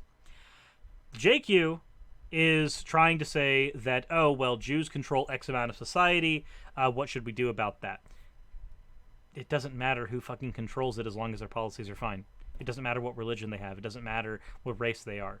That's why the JQ is a fucking bullshit thing. But regardless, when you try to argue for the JQ, usually the argument for the JQ involves some form of Jewish influence on society, like influence on media, music, movies, etc. So when people bring up the JQ, this thing that this fucking thing right here that Dennis Prager just put up on his screen would become a talking point for a Nazi. Or at least a Nazi adjacent. As a result, Cirrus controls the Cirrus Skeptic YouTube channel. As a result, when I see something like this, the thing that was there, it bugs me because I see that and I know where that talking point goes. I know who that talking point is for. As a result, that pisses me off. Just a little bit. Cirrus is breaking, eyebrows raised to the stratosphere. Whoop. Anyone else want to slap Dennis in the face right now? I'd love to. The term Jewish question is older than Hitler before the Third Reich. It was even discussed by Jews. Fair. Though I know that in like massive publication, Hitler was one of the ones that brought it to the forefront in conversation. This is why most of your JQers also do the whole 1488 thing. The 88 for Heil Hitler and the 14 for the 14 words. Cirrus question. Why does Cirrus control his own YouTube channel? Well, because I don't have control of anything in my life, so I might as well at least have a YouTube channel I have some control over. Apparently, all these American Jews felt quite included by Christmas. By not... Because it was secularized, Dennis. That thing you're arguing against is the thing that let them feel included in the first place. But just because some Jews felt included by Merry Christmas does not mean that everyone of every religion, or possibly people who do not have religions, feel included by Merry Christmas. I personally feel included by Merry Christmas, but I know atheists who don't. You can bring up a few examples, but that doesn't make you right. Oh, Jake has a thing typed up now. I was at the mall shopping Christmas. One of the other shoppers said you really shouldn't use that Happy Holidays because there are people besides Christians. First time it happened was several years ago. It happened a few times, and I'd say one of those times that someone seemed really upset. I also had a very similar conversation at work. Sorry for the delay. No, that's fine. I figured it would take a little while. Considering stories take a little bit of type time. So, while I can accept that there are some people on an individual level who may have issues with Christmas, again, there are people who don't feel included by it. In general, in the United States, that's not a thing that most people are going to encounter.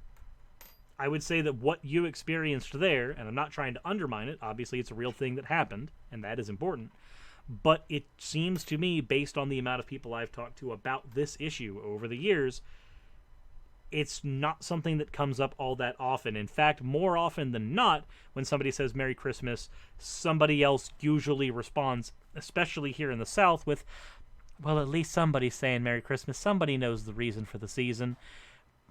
It's much more rare that you'll get somebody being upset, and more often that you will get somebody who is not. Again, that's just my take on that, though. Maybe there are a lot more people, who I do not know, who have experienced the same thing you have experienced, and I would need to have a conversation with them. But it does seem to me to be a thing that happens very, very much rarely, and if it happens there, I think somebody should be able to say Merry Christmas. Because, again, if you, like I said, if you are saying Merry Christmas, you are celebrating your particular holiday, and nobody can tell you that you shouldn't celebrate your particular holiday. Wishing me a Merry Christmas, you are not being inclusive. You are excluding me from one of my nation's national holidays. But Nobody's excluding you, Dennis. You can celebrate your holiday whenever the fuck you want with the $4 million you sit on. even if Christmas were not a national holiday, I would want pilots to wish their passengers Merry Christmas, companies to have Christmas parties, and schools to continue to have Christmas vacations. Just because I don't personally celebrate Christmas, why would I want to drop the word Christmas when the holiday is celebrated by 90% of my fellow Americans? And it is because it is celebrated by 90% of your fellow Americans that there is not a fucking war on Christmas. Godless Engineer says that the war on Christmas is anti-Semitic, historically speaking. That I have not actually heard before. Is there a source for that I can look into? Because that's the first time I've heard that. Much like with when Fourth Dimensional Jake brought up his thing. I'm not saying you're wrong, but I would like to see at least something on that, because again, that's the first time I've heard about it. I've never heard it as an anti-Semitic thing. It might... well, actually, I can think of a justification for that, actually.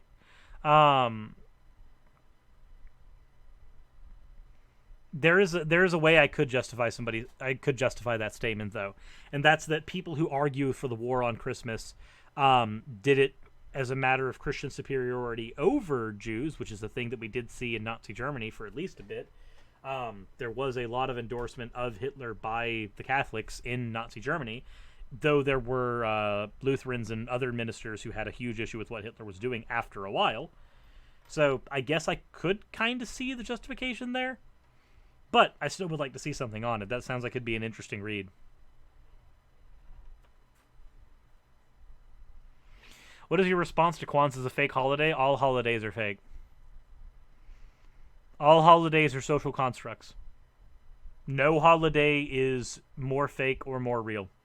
The only thing that makes a holiday real or fake is its establishment, and even then, that doesn't necessarily make it real. They're still social constructs. We've built them. We've constructed them around whatever religions or whatever events we've had that we think constitute holidays. Message you on Twitter. Okay, awesome. Thank you. I will take and look at that real quick. She sent me a link, A History of the War on Christmas. Okay, awesome. Awesome. Then that will be something I will be reading into later today.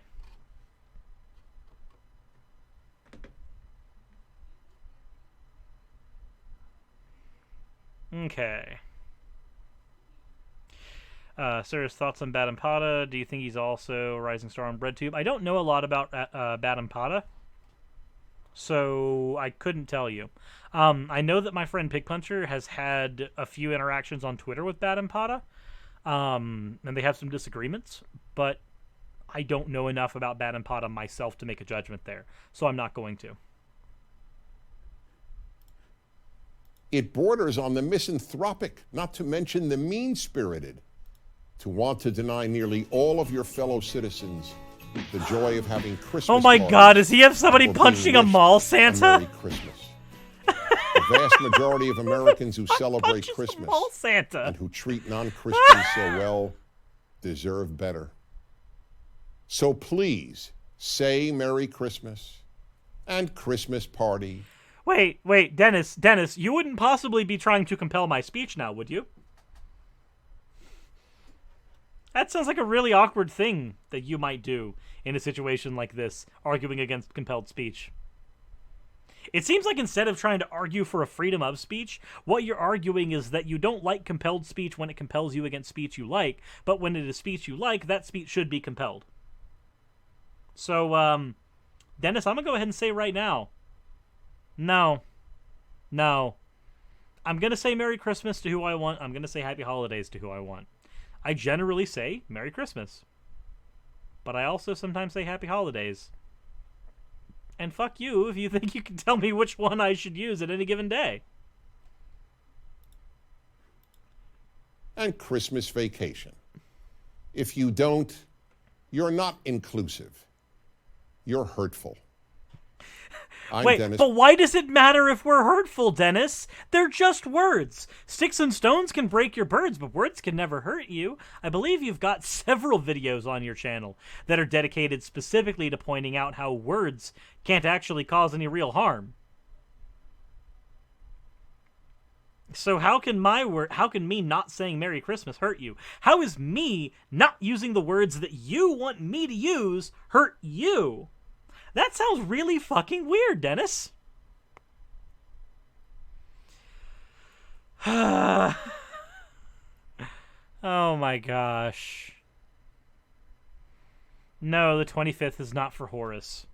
The Horus comparisons to Jesus are almost all overblown. I may not agree with Richard Carrion a lot, but he actually has a really good breakdown of why the Horus comparisons to Jesus are not accurate.